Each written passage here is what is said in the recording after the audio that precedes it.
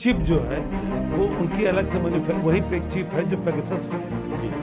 Pegasus की जो chip प्रधानमंत्री ने लोगों के मोबाइल में डलाई थी, वही पेगासस वाली चिप योगी जी ने अपने बुलडोजर में डाला रखी है। अब बुलडोजर घूम पड़ा है भारतीय जनता पार्टी की तरफ। कितने लोग रौंदे जाएंगे। पहले 14 विधायक रौंद दिए गए, उसके बाद वो स्वामी प्रसाद जी के ऊपर चला, और अब घूम करके भाजपा के ऊपर योगी जी का बुलडोजर चल रहा है। जिन निरीह लोगों को जातिगत आधार पर ब्राह्मण को गोली मारी गई, मुस्लिम को गोली मारी गई, यादव को गोली मारी गई, अब मुख्यमंत्री हो किसी जात विशेष के, तो वहाँ सांसद जी को एक बड़ी मरोड़ पैदा हुई।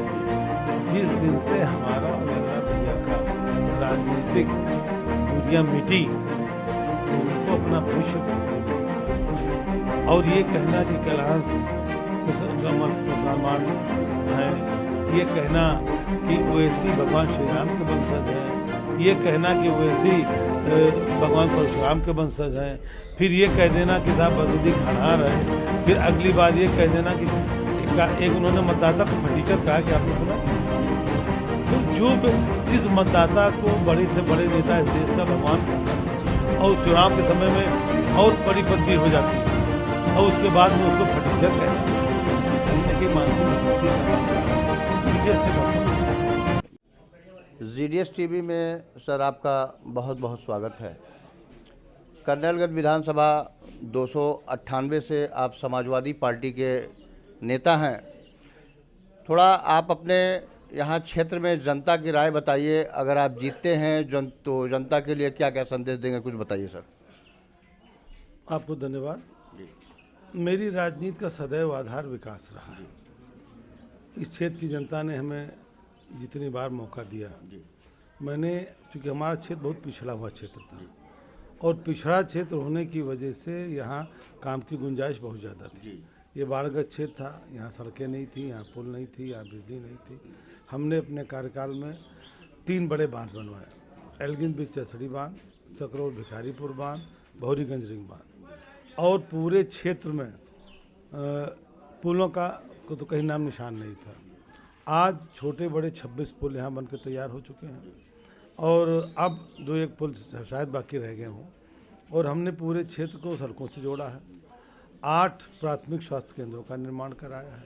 साथ ही साथ बिजली की व्यवस्था के लिए एक 132 kV का पावर हाउस, 3 33/11 kV के पावर हाउस, और अपने क्षेत्र में युवाओं की शिक्षा के लिए मैंने ITI, पॉलिटेक्निक, मत्स्य संस्थान, कृषि महाविद्यालय, इनकी स्थापना कराई है। और साथ ही साथ सबसे बड़ी चीज़ ये है कि चुनाव के बाद मतदाताओं को लगता है कि नेता हमारे नज़दीक नहीं आते, लेकिन मैंने इस मिथक को तोड़ा है, और मैं सबके सुख दुख में भागीदार होता हूँ, सबके बीच में रहता हूँ, और लगातार उनके बीच में रह के काम करता हूँ। भारतीय जनता पार्टी सर कह रही है कि समाजवादी पार्टी की जो है टोपी खून से रंगी हुई है, इसके बारे में सर क्या कह रहे हैं? अब चूंकि भारतीय जनता पार्टी को तो खून ही दिखेगा। लाल रंग इस देश की अस्मिता का प्रतीक है। लाल रंग इस देश में जब स्वतंत्रता प्राप्ति का आंदोलन हुआ था, तो उसमें भारत के लोगों की वीरता का प्रतीक था। क्योंकि भारतीय जनता पार्टी इसी तरह की राजनीति करती है। उनको खून दिखता है, दंगा दिखता है, तफरका दिखता है, दिलों के बीच में खाई बनाने की बात दिखती है। तो भारतीय जनता पार्टी जो कहती है वो है क्या? क्योंकि उत्तर प्रदेश उनके हाथ से निकल चुका। अब जो बौखलाहट प्रधानमंत्री जी को हो रही है, अमित शाह जी को हो रही, योगी जी को हो रही है, ये 3 चरणों का चुनाव हो चुका।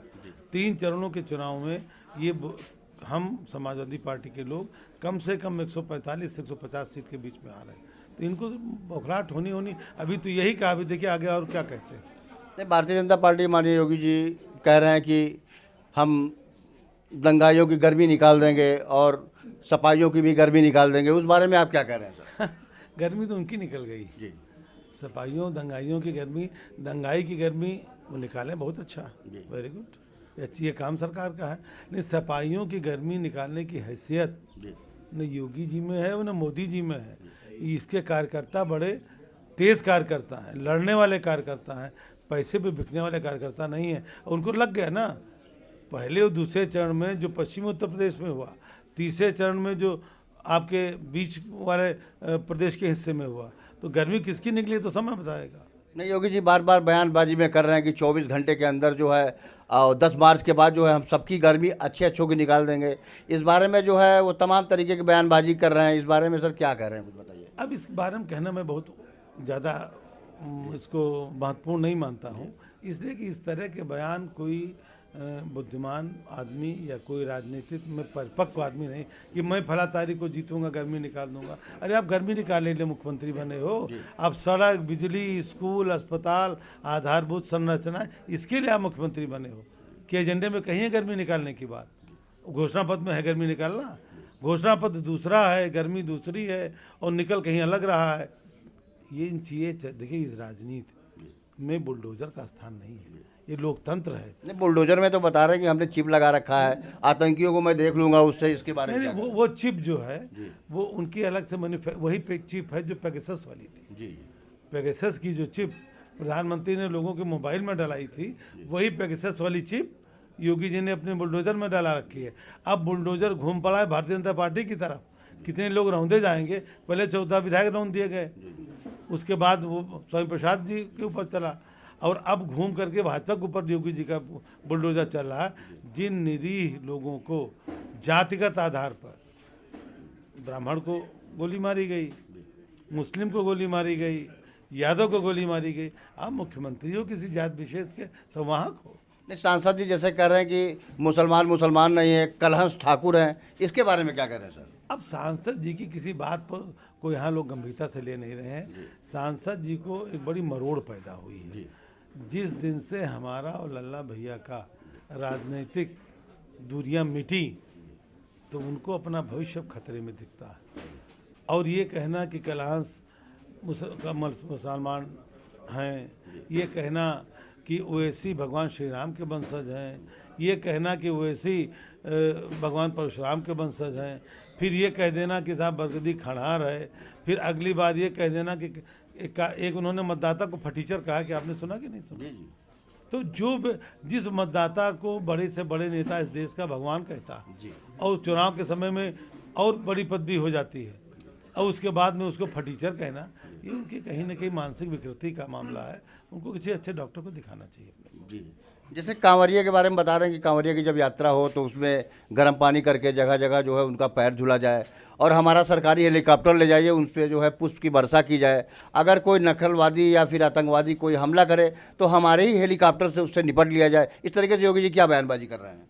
अब इन सब चीज़ों पर मैं ज़्यादा, आप कोई तथ्यपरक बात कीजिए। योगी जी के बयान पर रिएक्ट करना मैं बहुत ज़्यादा उचित नहीं मानता हूँ। ये सब चुनावी भाषा है। चुनाव में चूँकि उनके पास कुछ है नहीं कहने के लिए, तो ये सब उलूल जुलूल बातें कहनी है। किस कांवरिया का उन्होंने पाँव धोया? कहाँ? और पुष्प वर्षा होने, ऊपर से आप 10,000 फीट से पुष्प गिराओगे, उसकी पंखुड़ियाँ जाएंगी कहाँ? कम से कम फूल का अपमान तो ना करें कि वहाँ से पंखुड़ी गिरा रहे हो, कहीं बाथरूम में गिर रहा, कहीं लेटरिन में गिर रहा, कहीं गंदी जगह गिर रहा। अरे अगर पुष्प डालना तो सिरे उनके सर पर डालो, उनको लगे कि हमारा हो रहा। ऊपर से आपने उड़ा दिया, वो कहाँ उड़ के चली गई? वो सरकारी पैसा जो है उसको उसके नाम पर अनावश्यक की एक इमोशनल चीज़ें बनाना चाहते हैं, कुछ नहीं। 298 कन्नलगंज विधानसभा में समाजवादी पार्टी के सर अगर आप विधायक हो रहे हैं तो जनता के लिए जो बची खुची है, मतलब काम वाम, उसके बारे में कितना करेंगे, कुछ बताइए। देखिए, मेरा अपना एक एजेंडा है जी, मैंने हमेशा विकास के लिए काम किया है और इस बार मैंने ये निश्चित किया है कि सरयू नदी पर 4 लेन का पुल बनेगा। कटरा शहबाजपुर में और जहांगीरवा में ओवरब्रिज बनेगा। परसपुर में बाईपास का निर्माण होगा। हमारे जो 5 शिक्षा संस्थान बंद पड़े हैं, ITI, पॉलिटेक्निक, कृषि महाविद्यालय, मत्स्य संस्थान, इनमें सब पे ताले पड़े हैं। इनमें तत्काल शिक्षा शुरू होगी। 3 पावर हाउसेस की ज़रूरत अभी कन्नौज क्षेत्र में है, वो बनेगा। और जो स्वास्थ्य की व्यवस्था एकदम छिन्न भिन्न हो गई है, उस व्यवस्था को दोबारा पुनर्जीवित किया जाएगा। और साथ ही साथ क्षेत्र में युवाओं को रोजगार देने के लिए एक किसी बड़े औद्योगिक आस्थान की स्थापना कराई जाएगी। मेरा लक्ष्य यही है। सर, ये रोड पे देखिए जगह जगह डिवाइडर पे सांड बैठे रहते हैं, इसके बारे में जो है तमाम किसानों का नुकसान हो रहा है, इसके बारे में क्या कह रहे हैं सर? देखिए, सांड की बता दूँ, आज ही कल ही दिन में बमड़ेरा एक गांव है, द्वारिका प्रसाद जी हैं, अपने दरवाजे पर बैठे थे, सांड ने में पटक पटक के मार डाला। कल ही की घटना है। तो ये तो योगी जी के और मोदी जी के सांड हैं। इनको उत्तर प्रदेश की जनता 5 साल से झेल रही है। हमारी फसल दूनी कर रहे हैं इन सालों की ड्यूटी लगा दी गई, किसानों की फसल दूनी की जाए। तो हमारी वो फसल दूनी कर रहे हैं। अब हम योगी मोदी की फसल दूनी करने के लिए किसान ने कमर कस लिया है। अब इन लोगों को वापस अपने मठ जाना है। GDS TV न्यूज़ को लाइक करें, सब्सक्राइब करें, बेल आइकन दबाना ना भूलें।